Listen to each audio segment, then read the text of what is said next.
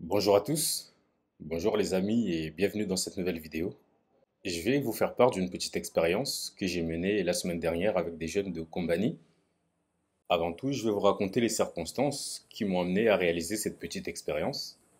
J'étais donc à Combani et alors que j'attendais mon ami qui était parti d'un bureau, je voyais des jeunes, trois ou quatre, avec des machettes dans la main, qui s'amusaient et je voyais bien qu'ils s'amusaient et que ce n'était pas sérieux. Ils s'amusaient à faire semblant de donner des coups de machette, de se donner des coups de machette. Et j'ai trouvé ça tellement surréaliste que j'ai pas pu m'empêcher de les appeler. Et ils sont venus. On a eu ensuite une discussion qui m'a beaucoup touché en réalité. En vrai, je me suis, je me suis laissé convaincre, parce que je savais un peu déjà en vrai, que ces gamins-là, c'est pas des méchants gamins. Ce sont juste des gamins perdus, déboussolés, sans ambition, sans projet, sans projection. Ils ne se projettent pas. Dès leur naissance, la société leur avait déjà fermé certaines portes, puisque certains se retrouvaient sans papier, et grandir sans papier à Mayotte, c'est extrêmement difficile. Il s'est avéré très vite en fait que c'était des bons gamins en mal de direction, et même de directive tout simplement, des gamins qui se lèvent le matin sans savoir pourquoi, littéralement jour après jour, pendant des années, ces gamins-là, ils se lèvent le matin sans savoir pourquoi. Alors qu'est-ce qu'on va en faire? Qu'est-ce qu'on va faire de ces gamins? Ils sont livrés à eux-mêmes pour la plupart d'entre eux, sans objectif le matin, encore une fois, le matin quand ils se lèvent. Et ne pas avoir d'objectif dans la vie, c'est la pire chose qui puisse vous arriver. On a sur notre île des dizaines, des centaines, des milliers, plusieurs milliers de jeunes en vérité, qui sont dans la même situation que ces gamins, sans papier, qui savent pertinemment qu'ils ne pourront jamais, ou en tout cas très très difficilement, s'intégrer à la société. Ils ne pourront pas travailler, légalement en tout cas, ils ne pourront pas aller prospecter d'autres territoires puisqu'ils sont piégés ici à Mayotte en vrai. La seule certitude qu'ils ont dès leur naissance, c'est les bidonvilles, c'est la violence des bidonvilles, c'est la fuite de la police, le rejet aussi de la part de la population locale, celle qui se sent officielle en tout cas. Alors ma question est, qui parmi vous, lequel d'entre vous ou lequel d'entre nous plus exactement, peut grandir de manière correcte, devenir une personne correcte, avec des valeurs, si la seule fois où on les croise, c'est dans les ghettos ou en groupe lorsqu'ils sont en meute et on se regarde avec méfiance, parfois de manière tout à fait justifiée, c'est vrai, mais finalement on se retrouve gouverné par la peur. Et est-ce qu'on peut se laisser gouverner par la peur pour l'éternité? Ces gamins, je dis bien ces gamins parce que je considère, et c'est la vérité, hein, c'est ce qu'ils sont, ce sont des gamins. Et quand vous leur parlez comme à des êtres humains, eh bien figurez-vous que ce sont des êtres humains. Des êtres humains avec des rêves qui pour l'instant sont de vagues mirages. Tous leurs rêves, tous leurs projets ne sont que des mirages pour beaucoup d'entre eux, parce qu'ils sont exclus de l'espace social, parce que sans papier. Alors oui, on les scolarise, mais combien parmi eux, à la fin de leur scolarité avec le bac, se retrouvent dans un cul-de-sac? N'étant pas encore régularisés, ils ne peuvent pas voyager parce qu'ils n'ont pas de papier. À Mayotte, vous avez ce qu'on appelle le visa Balladur. C'est un crime. Je considère vraiment que c'est un crime scandaleux et je suis étonné encore que jusqu'à aujourd'hui, en 2024, tous les politiciens et les responsables locaux ne se soient pas mis tous en collectif pour demander l'abrogation ou l'annulation de ce dispositif qui fait que tous ces clandestins, même ceux qui sont légalisés, une grande partie d'entre eux ne peut pas quitter le petit territoire de Mayotte, où la France dépense 4 fois moins par habitant par rapport au reste du territoire français. Donc on a nettement moins de moyens à notre disposition que les autres, 4 fois moins, et ensuite on s'étonne que l'île soit devenue elle aussi invivable. On fait semblant d'être étonné et de ne pas comprendre. Et pourtant, on a tellement de possibilités sur cette île, tellement de choses encore à créer, que ce soit les routes, les bâtiments d'habitation collective, parlons de l'agriculture, parlons de la pêche, dans la transformation, dans l'hôtellerie, dans la restauration, dans les services à la personne. Il y a tellement de choses à faire ici à Mayotte. Dans la pêche, comme je l'ai dit, dans le tourisme, on a l'un des lagons les plus beaux du monde qui attire des gens venus de l'autre bout du monde. Mais l'activité reste toujours balbutiante. Parce que trop de violence, parce que l'île est sale, parce que trop de ci ou pas assez de ça. Mais tous ces problèmes-là, toutes ces problématiques, Ce sont autant d'opportunités dans lesquelles on peut mettre justement tous ces gamins qui ont les bras croisés toute la journée assis au bord de route. Ce sont autant d'opportunités dans lesquelles on peut embrigader ces gamins. Notre île en a besoin. On doit forcément composer avec tous ces gamins qui sont là aujourd'hui à Mayotte et qui sont livrés à l'oisiveté. Pour développer la pêche, on peut tout à fait imaginer prendre des dizaines de gamins de nos rues qui sont là à errer, à attendre quoi faire finalement. Et des fois, à défaut de trouver quoi faire, ils vont se faire les mains sur vous, mesdames et messieurs. Notre île est en friche à 360 degrés. Peu importe où vous regardez, vous voyez une jungle sauvage. Pour développer l'agriculture à Mayotte, on devra aussi prendre ces gamins et les y envoyer pour occuper ces champs. Notre île est en friche à 360 degrés. On ne voit qu'une jungle sauvage, à peine exploitée, à 360 degrés. Et pourtant, on a aussi des jeunes qui eux aussi sont en friche intellectuellement ou au moins dans leur vie. On a des bidonvilles dans tous les sens. On sait très bien qu'on va avoir beaucoup de logements à réaliser ici à Mayotte d'ici les prochaines années. Et ce secteur, à 90%, aujourd'hui, il est informel. Ce sont des clandestins sans papier qui occupent qui réalisent ces maisons. Où que vous regardiez à Mayotte aujourd'hui, vous voyez des maisons en construction partout, partout à 360 degrés devant vous. Regardez devant vous, devant votre fenêtre. Je vous garantis, vous allez voir une maison en construction. Et ces gamins qui sont assis là, devant les routes, à ne rien faire, ces gamins, on devrait les former et les y envoyer donc dans la construction de ces maisons. Nos maisons. Et puisqu'on aime bien jouer au papa et à la maman, puisqu'on a un taux de natalité absolument explosif sur notre île, comment ça se fait qu'il n'y a pas plus de crèches que ça à Mayotte? Comment ça se fait qu'il n'y a pas de crèches? Il devrait y avoir dans chaque quartier des petites crèches sociales. Je ne sais pas comment on peut organiser ça d'un point de vue administratif et juridique, mais on doit créer des structures pour recevoir les gamins des différents quartiers, au lieu de les laisser traîner, livrés à eux-mêmes au bord des routes. C'est comme ça que ça commence. Les gamins, dès qu'ils arrivent à marcher, ils sont déjà livrés à eux-mêmes, là, comme ça, à divaguer dans les ghettos. Ça, c'est pas possible. C'est pas possible, c'est pas admissible. Ces gamins-là, fatalement, lorsqu'ils commencent comme ça dans la vie, et je le rappelle pour ceux qui l'auraient oublié, personne ne choisit ni de naître, ni dans quelles circonstances ils naissent. Donc ces gamins, ils sont là, ils naissent dans ces conditions, sans l'avoir demandé, sans l'avoir demandé. En tout cas, comment ça se fait qu'il n'y a pas plus de crèches que ça à Mayotte? C'est quand même étonnant. Vous trouvez pas que ça c'est étonnant quand même? Vous trouvez pas que c'est étonnant, vous? Ça fait 3 ans depuis mon arrivée à Mayotte que j'ai fait une demande de crèche. Ma fille a eu le temps de faire 2 années à l'école. J'ai même eu le temps de faire un deuxième enfant. Et j'ai toujours pas eu de place à la crèche. Alors comment je fais? La plupart déposent les enfants avec les grands-parents, mais tout le monde n'a pas cette possibilité. La seule solution qu'on m'avait proposée finalement était d'avoir une personne qui fait du service à la personne finalement, une dame qui viendrait garder mon enfant et que je paierais à la journée, et ça me revenait à plus de 2 400 € par mois. C'est fou, franchement c'est fou. Sachez que ce qu'on appelle la socialisation précoce est un facteur de réussite sociale. C'est-à-dire, plus tôt vous allez mettre vos enfants en relation avec le monde extérieur, avec de nouvelles personnes, d'autres adultes, etc., de personnes de milieux et d'origines différents, plus ils auront de chances d'avoir une vie sociale et personnelle, même professionnelle, plus stable, plus réussie. Mais lorsqu'on a des enfants qui naissent dans les ghettos et qui restent dans les bidonvilles entre 0 et 6 ans toute la journée, automatiquement ils partent avec une défaillance sociale. On peut même parler de déficience sociale. Alors, je veux bien reconnaître que tout ça, ce sont des choses folles, des détails insignifiants, mais tout ça, tous ces détails, ça joue. Tous ces détails, ils ont une incidence finalement sur la vie de ces personnes. De nous finalement aussi. On ne peut pas juste se dire, c'est pas notre problème, ils n'avaient qu'à ci, ils n'avaient qu'à pas ça, ou ils n'ont qu'à partir, ou que l'État n'a qu'à aller leur tirer dessus. Ils ne le font pas, ils ne le feront pas. Parce que nous, pendant ce temps-là, nous, on attend juste que ce soit les autres, toujours, l'État, les associations, qui règlent les problèmes. Mais qu'est-ce que nous, on fait, concrètement? À part nous plaindre, à part nous dire, OK, on a payé des impôts. Qu'est-ce qu'on fait? C'est peut-être pas perceptible, mais c'est réel. Donc, si nous voulons reprendre notre île en main, nous devons commencer par reprendre notre jeunesse en main.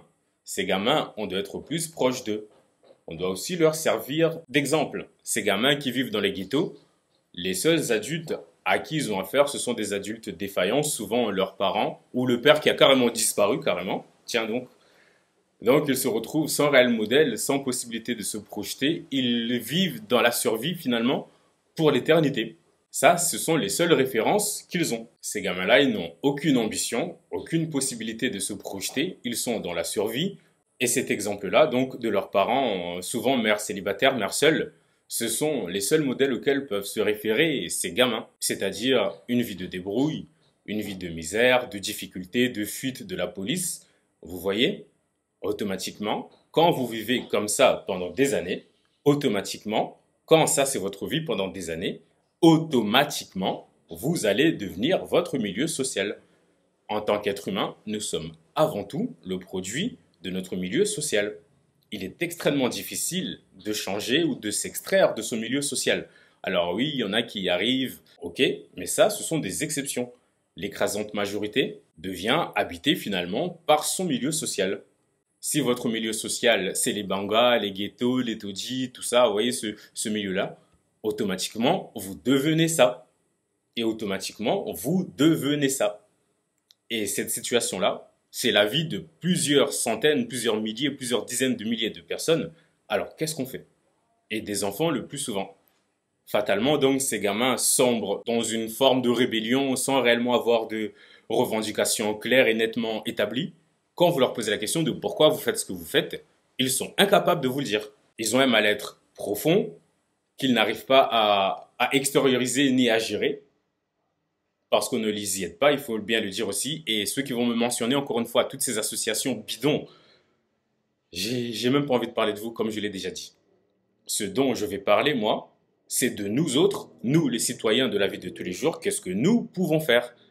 Si on ne s'occupe pas de ces jeunes, si nous ne sommes pas désireux, si on estime que ce n'est pas notre problème de nous en occuper et que c'est à l'État et que c'est à leurs parents et à l'association et au département, etc., parce qu'ils sont payés, parce qu'on paie des impôts, parce que, si notre conception reste celle-là, alors sachons que nous sommes aussi nous-mêmes le problème. On ne peut pas rester passif face à cette situation-là. Alors mes amis, mes très chers amis, si vous voulez vous aussi participer à cette aventure, on ne sait pas jusqu'où elle ira. Peut-être qu'elle prendra fin avant la fin de la semaine, je n'en sais rien. Ça dépend un petit peu de quelle est votre réaction face à cette proposition. Les actions individuelles sporadiques par-ci, par-là, ça ne peut pas marcher. On doit avoir une coordination forte pour avoir un impact direct et le plus large possible. S'il y a juste un imbécile comme moi qui la dernière fois suis parti dans un quartier X ou Y et que je fais ça une fois et que ça reste une action anecdotique, ça n'a aucun intérêt. Mais lorsqu'on se coordonnera et qu'on se dira tous, ok, tel jour, telles personnes vont aller dans tel endroit et vont recevoir tel ou tel jeune. Moi, ces jeunes, j'irai les contacter, j'irai prendre contact avec eux directement pour leur parler, leur proposer aussi ce dispositif, donc qu'ils vont pouvoir, avec vous, bénéficier de guidance, comme on dirait en anglais, c'est-à-dire de tutorat ou juste de quelqu'un avec qui échanger, quelqu'un voir d'autres choses dans la vie, quelqu'un avec qui s'ouvrir ses possibilités.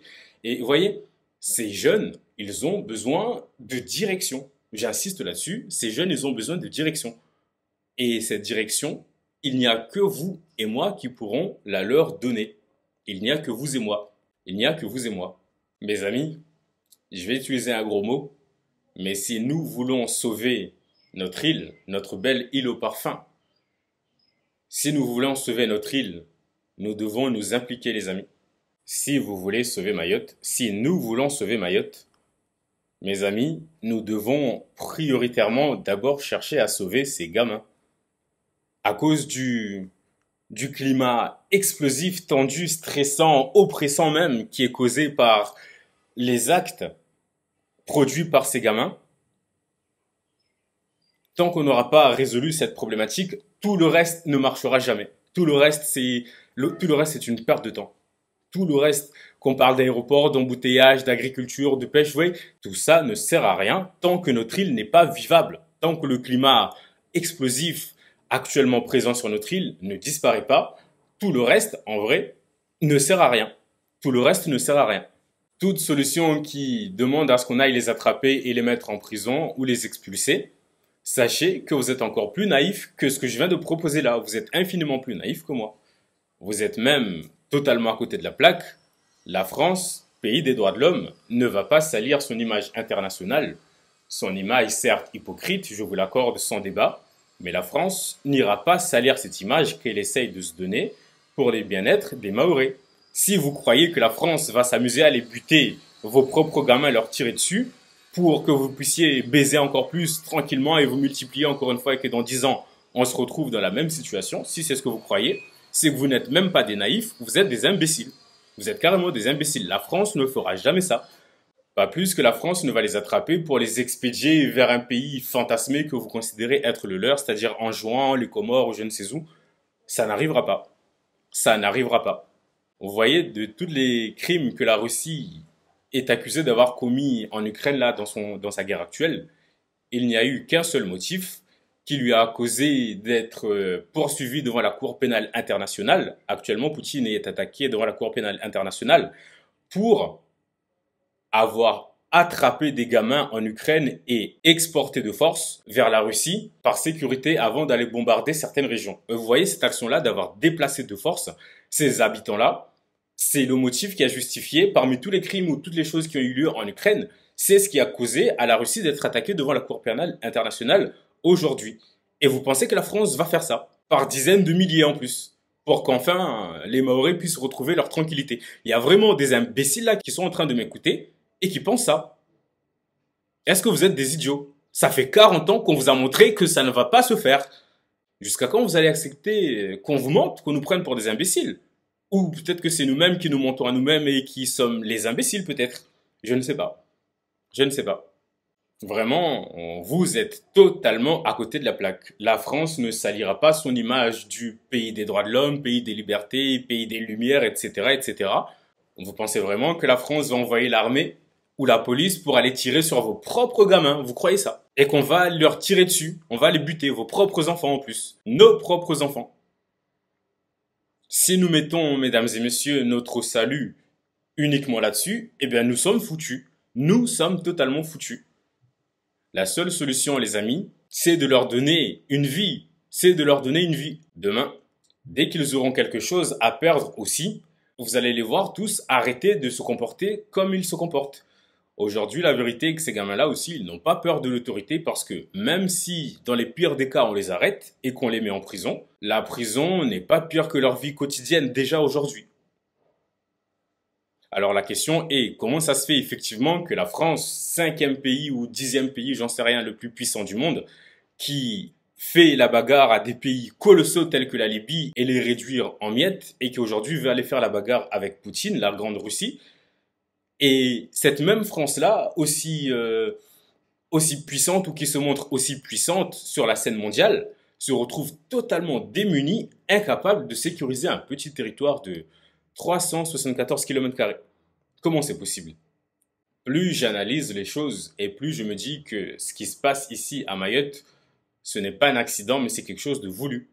Comment la France, qui a tous les moyens qu'elle a en sa disposition pour régler définitivement cette situation, et qui continue de faire des petites mesurettes qui ne servent finalement qu'à envenimer les choses encore plus à chaque fois, on a une île absolument extraordinaire qui a des potentialités époustouflantes, et pourtant on est là en train de se charcuter les uns les autres et à demander en représailles qu'on aille charcuter les premiers.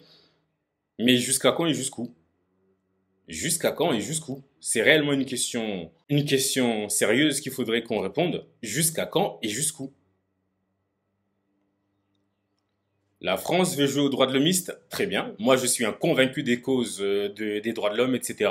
Moi, je crois que chacun a le droit de vivre où il veut, comme il veut, tant qu'il respecte les lois, évidemment. Mais à ce moment-là, il faut nous donner les moyens. Ou permettez-nous de le faire correctement. Les droits de l'homme nous empêchent d'expulser une population qu'on peut qualifier de difficile parce qu'ils ont des droits, et tant mieux. Moi, je suis tout à fait de cet avis. Mais au moins, à ce moment-là, qu'on nous donne les moyens, ou qu'on aille jusqu'au bout de la démarche, du raisonnement des droits de l'homme. Ces gens ne sont pas originaires d'ici, ils n'aspirent même pas à rester ici, mais ils se retrouvent piégés ici. Ils veulent aller en France. La France a les moyens, la France a même besoin. Elle a des territoires qui sont en cours de désertification humaine, ou de dépopulation plutôt. Elle peut tout à fait prendre ces personnes et les y envoyer. Pourquoi ça, ce n'est pas fait? Là-bas, la France a les moyens, là-bas, la France a les besoins, là-bas, la France a les moyens, les pleins moyens et les pleines capacités de donner les droits de l'homme de ces personnes jusqu'au bout. Pourquoi les droits de l'homme de ces personnes doivent être imposés au détriment des Mahorais? Pourquoi? Pourquoi? On a une politique migratoire, économique et sociale qui est gérée en réalité depuis Paris. Des gens qui de temps en temps viennent faire du tourisme de 2, 3 jours ici à Mayotte et ensuite retournent chez eux. Et de là-bas nous imposent comment on doit vivre ici. Mayotte doit faire avec des lois qui sont édictées par des gens qui ne vivent pas notre réalité quotidienne. Mais tout est fait de manière hypocrite, insuffisante et insatisfaisante. Et de toutes parts, hein, même de la part des Mahorais, que ce soit de la part des clandestins, de la part de l'État, dans cette affaire, chacun a sa faute, chacun a sa part de responsabilité. Nous devons nous intéresser à ces questions. Quel que soit l'art ou la manière de nous impliquer, tant que nous allons attendre, que ce soit l'État, le département, parce qu'il y a des fonds, parce qu'il y a ceci, parce qu'il y a cela, tant que notre logique sera celle-là d'être dans l'attente, tant qu'on sera là, tant qu'on sera comme ça, Mayotte sera encore comme ça dans 10 ans, dans 20 ans, dans 30 ans. Franchement, une personne disponible, un adulte de préférence, prend en charge 5 ou 10 personnes et en fait des ateliers, des activités diverses. Que ce soit, je sais pas, du coloriage même si vous voulez, ou de l'écriture, ou de ce que vous voulez, ce que vous voulez, de la programmation, de l'informatique, ce que vous voulez, du chant même pourquoi pas, ou de la danse, ce que vous voulez vraiment. Quelques heures par semaine, tant que nous ne serons pas d'accord pour faire cette action-là, dans 5 ans, ou dans 10 ans, ou dans 20 ans, la seule chose qui est certaine à Mayotte, que la situation sera encore pire. Répondre au mal par le mal, les amis, n'engendre que plus de mal à la fin. Je sais qu'il y a beaucoup de personnes ici sur l'île qui ont été meurtries. Moi, peut-être que je parle de manière un peu trop détachée parce que ça ne m'a jamais touché. Et je peux tout à fait comprendre que pour d'autres personnes, les choses sont différentes et je suis navré de vous dire ça. Mais la seule chose que vous pouvez faire, c'est mettre un terme au cycle de violence. Le souci avec les vengeances, c'est à quel moment on détermine que le match est terminé et que les deux balances sont équilibrées. À quel moment? À quel moment? La seule chose qui est certaine dans cette voie-là, c'est celle de la surenchère, celle du pire. Aujourd'hui, je vais tuer quelqu'un chez vous. Demain, vous allez envoyer quelqu'un tuer 2 personnes chez moi, etc., etc. Mais ça s'arrête quand? C'est là la question. Alors les amis, j'attends vos réactions, j'attends vos participations. Je veux pas de gens simplement qui regardent comme une distraction la vidéo. Je veux des gens qui la regardent et qui me mettent, moi, je veux bien y participer. Alors ça va pas être quelque chose de contraignant qui va vous demander de manière presque militaire chaque semaine, chaque... Non, non, c'est pas le but. Le but est, une fois de temps en temps, vous donner la peine, vous donner l'occasion, créer l'occasion de rétablir des liens sociaux avec ces gamins. C'est ça qu'on a besoin de faire. Rétablir des relations sociales plutôt, avec ces gamins.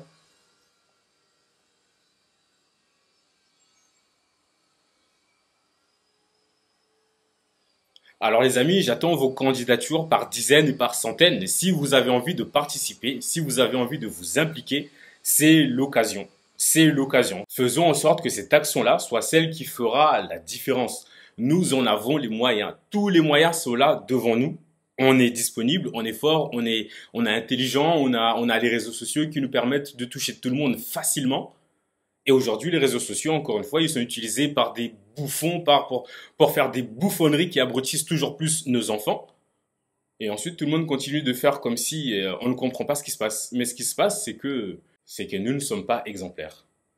Alors, c'est extrêmement prétentieux de parler d'exemplarité. On a tous nos défauts, même moi, peut-être plus que vous tous. Certainement même, c'est même pas une supposition, c'est une certitude. Mais choisissons malgré tout la voie de... Je ne vais pas dire la voie du bien parce que certains vont penser que je pars dans des délires mystiques. Vous voyez, parler de bon, de bien et du beau, c'est paraître bizarre, paradoxalement, dans notre société. Pourtant, c'est exactement à ça que je vous appelle dans cette vidéo. À faire parler ce qu'il y a de beau, ce qu'il y a de bien et ce qu'il y a de bon en chacun de vous, en chacun de nous. On est tous capables de bonté, on est tous capables du beau, on est tous capables du bien, on est tous capables du bon, alors faisons-le. Faisons-le aujourd'hui. On peut décider aujourd'hui, franchement, moi c'est surtout ça qui me met le plus la rage. On peut décider aujourd'hui, ok, à partir d'aujourd'hui, j'essaye de me comporter correctement. J'essaye de me comporter correctement vis-à-vis de mon prochain. La seule règle qui vaille ici à Mayotte, c'est celle du chacun pour soi. Et chacun pour soi veut dire tous contre tous. Les amis, donc, je m'arrête ici pour la vidéo. J'attends évidemment vos candidatures par dizaines et par centaines et par milliers, pourquoi pas. Si nous voulons reprendre notre île en main, il faut commencer par cette initiative. Tout le reste ne sont que des prétextes, des agitations inutiles, tant qu'on n'aura pas, premièrement, repris nos gamins en main et rétabli des relations sociales convenables, cordiales et correctes avec notre jeunesse. Donc, soit on demande à ce qu'on aille lui tirer dessus et l'exterminer parce que ce sont des voyous, des crapules, des cafards, etc. Soit on en fait des êtres humains utiles, dignes, forts et fiables sur lesquels nous allons devoir compter demain de toute façon. Voilà, je vous dis à bientôt et à vos commentaires s'il vous plaît.